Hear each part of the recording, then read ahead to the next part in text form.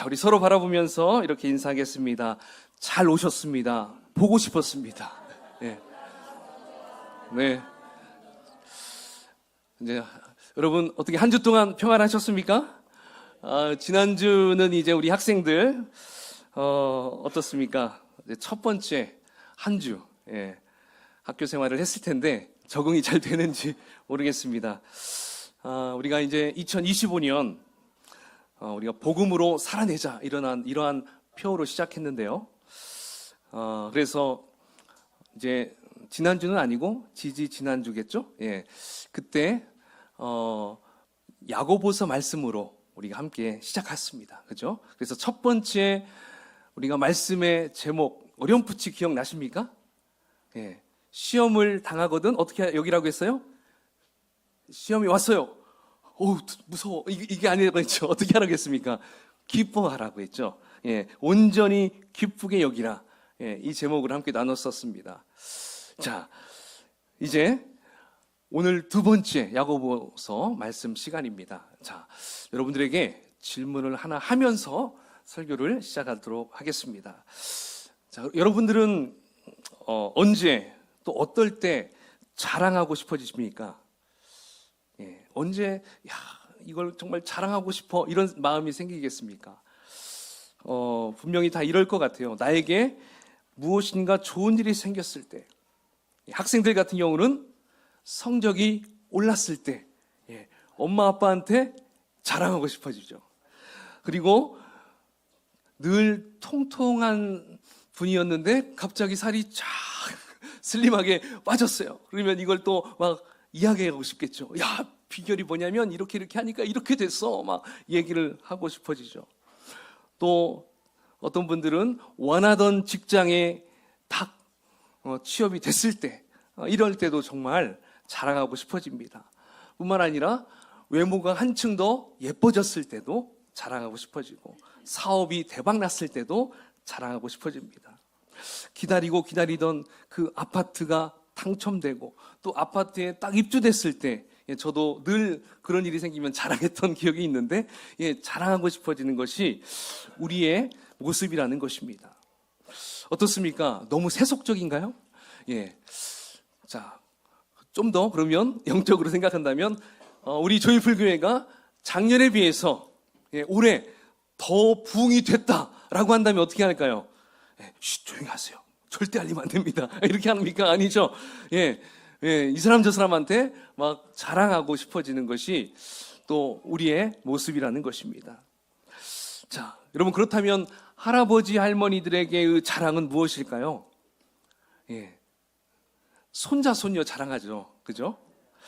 예전에는 그래서 양로원에서 손주 자랑하면 벌금을 내는 제도까지 있었다고 그래요. 믿거나 말거나.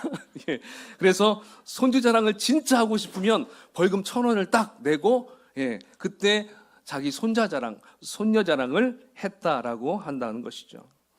자, 이처럼 우리가 자랑하려는 것은 자연스러운 그냥 우리의 감정처럼 느껴질 수 있어요. 왜냐하면 혼자만 알기에는 뭔가 좀 아깝고 또 그냥 뭔가 좀 간질간질하니까 이것을 입이 좀 간질간질하잖아요. 그래서 이것을 좀 알고 싶어하는 그런 감정. 그러니까 이 자랑은 우리 사람에게 살아가는데 참 당연한 것이고 자연스러운 것이다라고 볼 수가 있다는 것이죠. 근데 문제는요, 이러한 자랑이 자칫하면 좀 방향이 좀 잘못 틀어지면 어떻게 될까요? 내가 자랑하고 싶은 것이 딱 한 가지 있다면 그래도 별로 괜찮아요. 근데 막 이것도 자랑하고 저것도 자랑하고 막 계속 자랑하면 그 사람 마음 가운데 뭐가 생겨날까요? 교만한 마음이 막 생겨날 수 있다라는 것입니다. 반면에 정말 나도 자랑하고 싶은데 저 친구 만나면 나도 꼭 이거 자랑하고 싶은데 자랑할 거리가 없어. 그럼 어떻게 됩니까? 괜히 막 우울감에 빠지고 좌절감에 빠지고 막 의기소침해져서 점차적으로 사람 만나는 것도 싫게 되고요. 자꾸만 혼자 있고 싶어지게 되는 것이 또 이 자랑이란 것에 대한 참 묘한 것인 것을 우리가 알 수 있다는 것이죠. 자, 그런데 오늘 본문 말씀 야고보서 1장 9절에서 10절 말씀에 보면 우리 성도들에게 이렇게 권면하고 있습니다. 자랑을 하려면 너희들 이렇게 해야 된다. 예. 야고보서 첫 번째는 너희들 시험을 당하거든 온전히 기쁘게 여겨야 돼. 이제 두 번째 권면의 말씀, 너희들 자랑하고 싶어? 자랑하려면 이것을 자랑해야 돼. 자, 이 부분을 이제 야고보 사도가 지금 권면해주고 있어요. 자, 우리 9절, 10절 말씀 함께 읽어볼까요? 시작.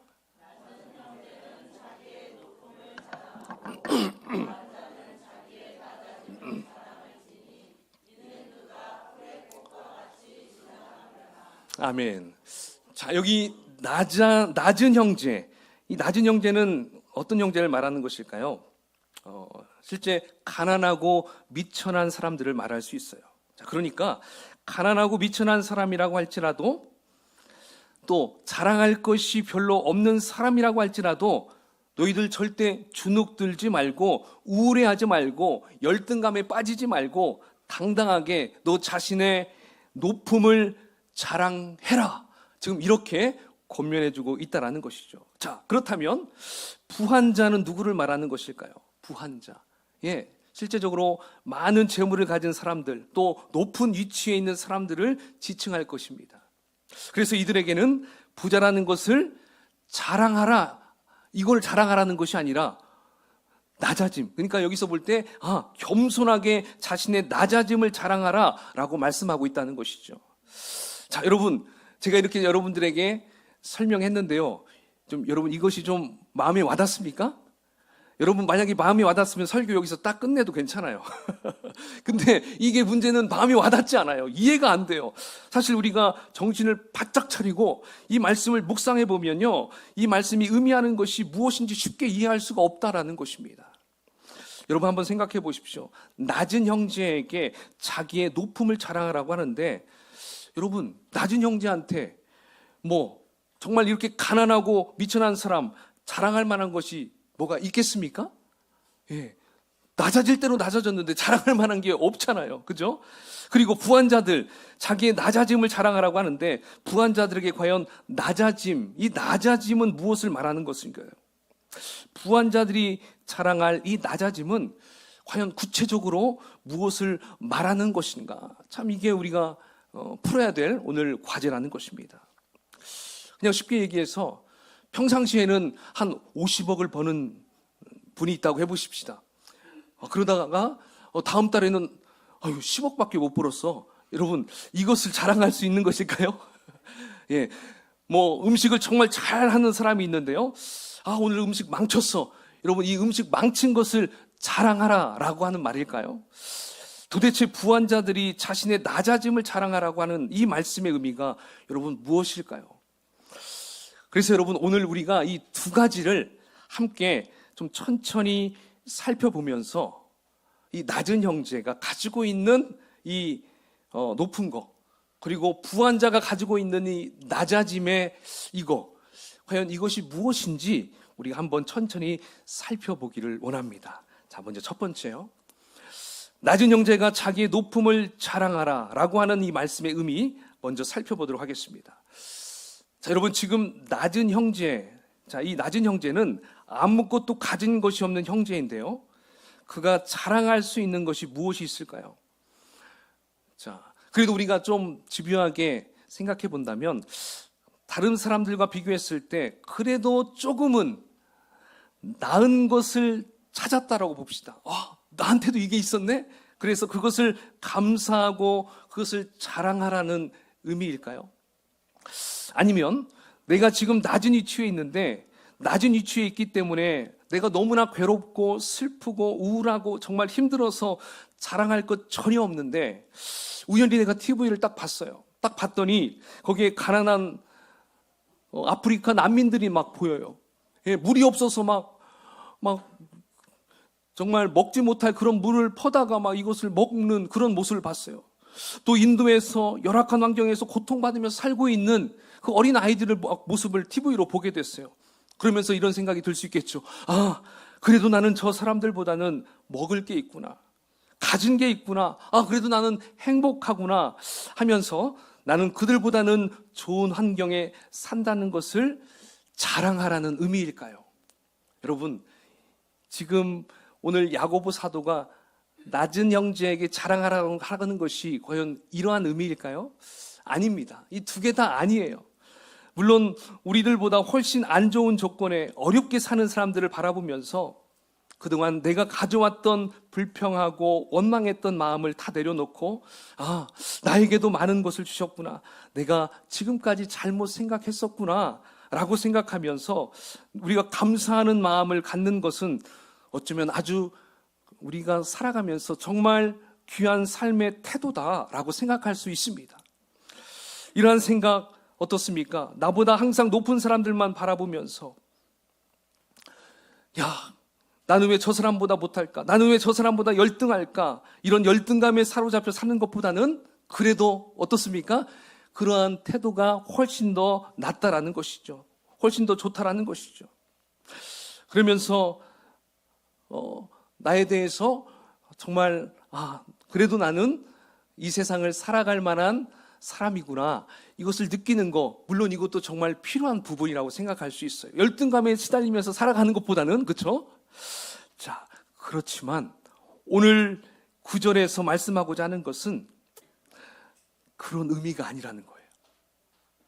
낮은 형제는 자기의 높음을 자랑하라. 이 의미는 앞서 제가 얘기한 그러한 자랑, 그러한 너의 모습을 생각하라는 의미가 아니라는 것입니다. 자, 그렇다면 무엇일까요? 궁금하시죠? 정말 궁금합니다. 자, 여기에서 자기의 높음, 이 높음의 의미를 알아야 돼요. 이 높음의 의미는 바로 신분을 의미합니다. 신분. 그러니까 자기의 신분을 뜻하는 거예요. 신분. 여러분, 세상 사람들은 사람을 판단할 때 무엇으로 판단합니까? 이 세상의 기준을 가지고 판단합니다. 그렇죠? 돈을 가지고 판단하고요, 성공 여부를 가지고 판단하고요, 또 얼마나 많은 업적을 이루었는가, 이것들로 판단합니다. 그러니까 밖으로 드러난 것을 가지고 이 사람 이런 사람이구나 평가하고 판단한다는 것이죠. 그래서 많은 것을 이루고 성공한 사람들을 향해서는 어떻게 해요? 존경과 박수를 쳐줍니다. 하지만 아무것도 이룬 것 같지 않은 사람들에게는 무시하고 외면합니다. 그리고 정말 보잘것없는 사람들한테는 사람을 아주 격하시키는 것이 바로 이 세상 방식이다라고 말할 수 있다는 것이죠. 그래서 사람들은 무시당하지 않으려고 어떻게 합니까? 자신의 모습을 화려하게 포장합니다. 포커페이스 하고요. 정말 정말 부부 생활 잘하는 것처럼 보이고요. 어디 가서든 절대 자신의 단점을 노출하지 않으려고 한다는 것이죠. 마치 이 세상에서 무시당하지 않기 위해서 정말로 지금 형편으로서는 너무나 어려운 상황에 살고 있는데 다른 사람들한테 잘 보이기 위해서 아주 고급 승용차를 굴리고 다니는 사람들도 있다는 거예요. 차 할부값 내는 것도 밀려가지고 너무나 힘든데, 내가 이거 한번 어떻게든 한탕 해가지고 차값 물을 수 있으니까 그래도 내가 폼생폼사 생각하면서 멋있는 차 타고 다니면서 나 이런 사람이라고 이렇게 과시하고 싶은 것이 바로 이 세상 사람이잖아요. 왜 그럽니까? 바로 그것은 그렇게 해야만이 나의 신분이, 사회적인 지위, 그리고 나의 신분이 쭉쭉 올라간다고 믿기 때문에 그래요.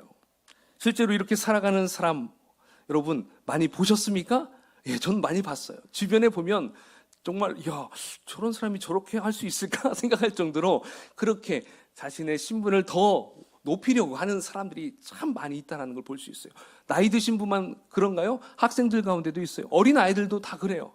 그런 모습을 보여주고 싶고 과시하고 싶은 것이 이 세상 사람들의 그런 특성이라는 것이죠. 자, 그렇다면 지금 하나님께서 우리에게 주시는 권고의 말씀이 무엇입니까? 그것은 이거예요. 이 세상 방식으로 높아졌다는 것으로 자랑하지 말라라는 것입니다. 그러니까 이 세상의 높음으로 자랑하지 말라라는 거예요. 자, 그러면 우리가 어떠한 높음으로, 어떠한 신분으로 자랑해야 할까요? 그것은 바로 예수 그리스도를 믿은 이후에 변화된 우리의 신분으로. 할렐루야. 예수 그리스도를 믿고 난 이후에 우리의 신분이 어떻게 달라졌습니까? 이런 말씀이 있죠. 누구든지 그리스도 안에 있으면 새로운 뭐가 돼요? 피조물이라. 보라, 이전 것은 지나갔으니 보라, 새 것이 되었도다. 그래 우리는 새로운 피조물, 새로운 것이 됐어요. 새로운 존재가 되었다라는 것입니다. 영접하는 자, 곧 그의 이름을 믿는 자들에게는 무슨 권세를 주세요? 하나님의 자녀가 되는 권세를 주셨다고 했어요. 믿으십니까?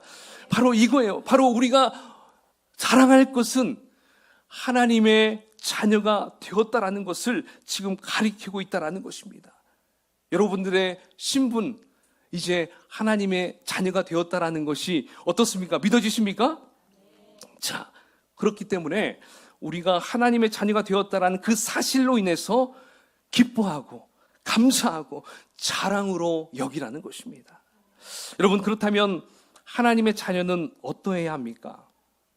하나님의 자녀, 아무리 낮은 곳에 처해 있어도, 정말 힘들고 어려운 상황에 처했다고 할지라도 우리가 하나님의 자녀라는 것은 결코 바뀔 수가 있습니까? 없습니까? 왜 이렇게 약하죠? 바뀔 수 있나요? 없어요. 예, 제가 감기가 완전히 안 나왔기 때문에. 어렸을 때 여러분들 뭐 만화책이든 소설책으로 봤던 거지와 왕자, 혹시 기억나시죠? 거지와 왕자? 왕자와 거지? 예, 이게 마크 트웨인이 썼더라고요. 자, 거기에 보면 왕자가 이제 거지의 신분으로 좀 어느 정도 살아갑니다. 그렇죠? 그때 그 겉모습은 진짜 거지이고 정말 너무 초라하지만 그는 늘 그 마음 안에 뭐가 있었어요? 나의 신분은 왕자야. 예, 내가 아무리 가난한 모습이라고 할지라도 나는 여전히 왕자의 신분이에요. 결국 그 왕자의 신분을 가지고 있었기 때문에 나중에 회복되죠. 왕자로서 다시 딱 그 보좌에 딱 앉죠. 야, 멋있다. 그죠? 그리고 그 거지였던 그 자도 완전 내쫓기지 않고 어느 정도의 관직을 딱 세우는 걸 또 볼 수가 있었습니다. 그렇습니다. 오늘 우리들이 이 세상에서 얼마나 성공했는가, 얼마나 많이 가지고 있는가에 따라서 우리의 신분이 결정되는 것이 아니라 하나님께서 우리를 사랑하시고 그 아들을 십자가에 내어주셔서 우리를 하나님의 자녀 삼아 주셨다는 그 사실로 인해서 이제 우리는 당당하게 또 자랑스럽게 여기며 살아가야 될 줄로 믿습니다. 여러분, 이 세상의 것을 내가 가지고 있고 없고에 따라서 우리가 기가 죽고 풀이 죽어 사는 것이 아니라 바로 만유의 주이신 하나님의 자녀라고 하는 그 사실을 자랑스럽게 여기라고 하는 것이 바로 오늘 9절 말씀이에요. 낮은 형제는 자기의 높음을 자랑하라. 여러분, 이 말씀의 의미가 이제 좀 알아가십니까? 예, 깨닫게 되시죠? 그러니까 우리가 아무리 이 세상에서 가진 것이 없다고 할지라도 우리의 신분은 무엇이라는 거예요? 하나님의 자녀라는 것입니다. 그러므로 우리가 더욱더 하나님의 자녀됨을 이제 특권으로 여기고 그리고 살아가는 저와 여러분이 되어야 한다는 것입니다. 자, 우리 그런 의미에서 우리 서로를 바라보면서 좀 이렇게 인사하면 좋겠습니다. 아이고, 하나님의 자녀셨군요. 하나님의 자녀셨군요. 몰라봐서 죄송합니다. 네. 네. 이야, 하나님의 자녀였어요. 네. 자, 여러분. 자, 그럼 이제 두 번째. 두 번째도 어려워요. 난해합니다. 두 번째.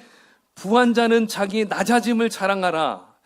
이 말씀, 과연 어떤 말씀일까요? 자, 우리 10절 상반절만 한번 읽어볼까요? 시작. 부한 자는 네, 여러분 10절에서 말하고 있는 부한 자는 누구를 뜻하는 거냐면 바로 세상적으로 돈 많은 부자만을 의미하는 것이 아니에요. 그리고 이들을 의미하는 것이 아니에요. 여기서 부한 자는 하나님의 자녀를 의미해요. 크리스천을 의미해요. 크리스천. 그러니까 크리스천이면서 하나님의 자녀이면서 물질적, 사회적으로 아주 부유하고요, 어려움을 당해보지 않은 크리스천을 가리켜요. 자, 이러한 크리스천들의 특징은 무엇일까요?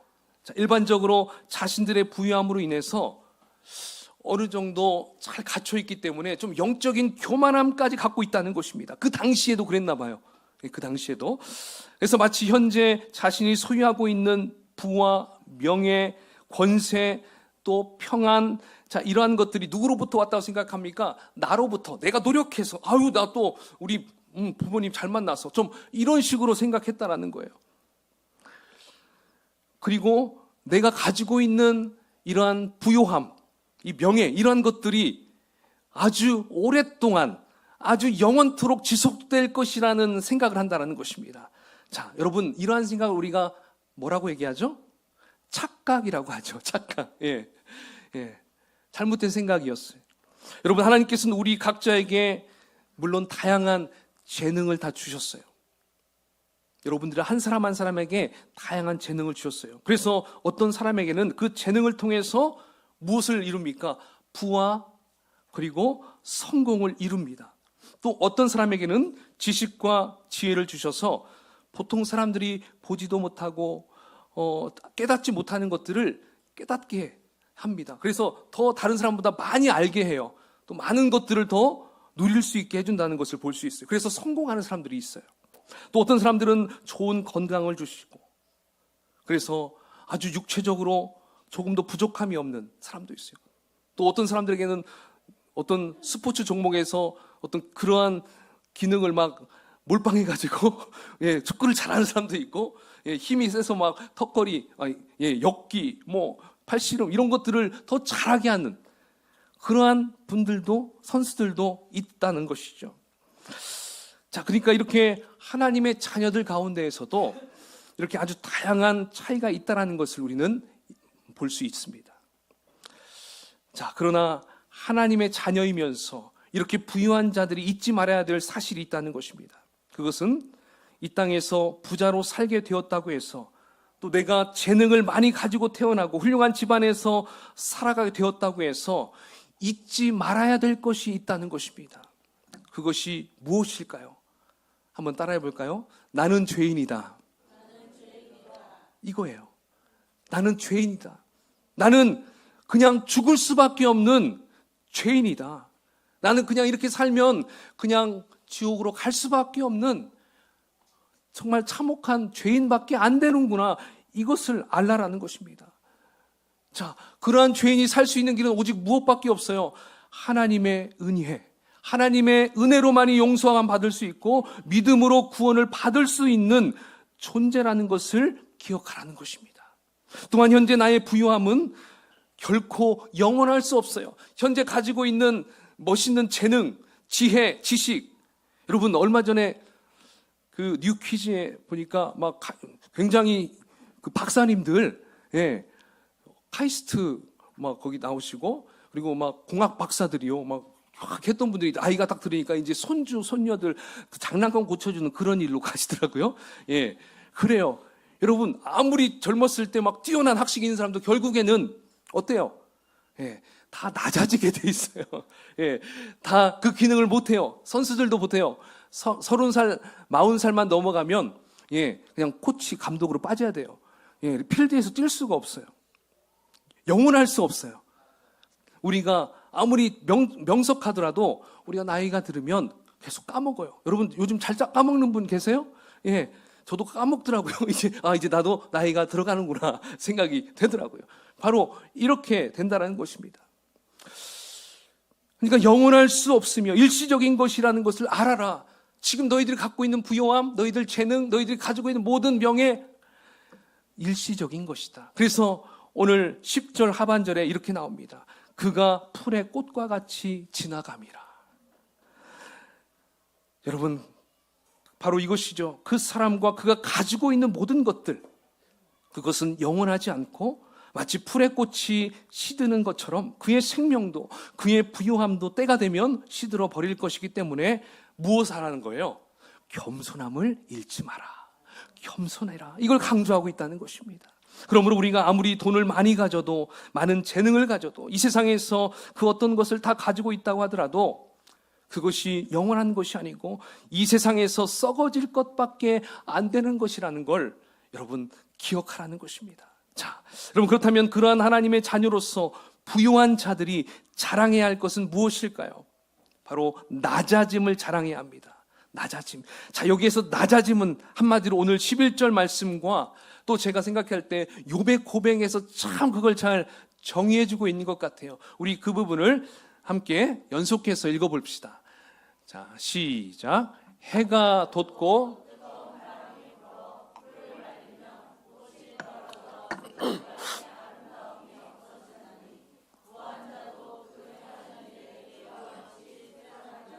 욥기 말씀 시작. 내가 모태에서 알몸으로 나왔은즉 또한 알몸이 그리로 돌아가올지라.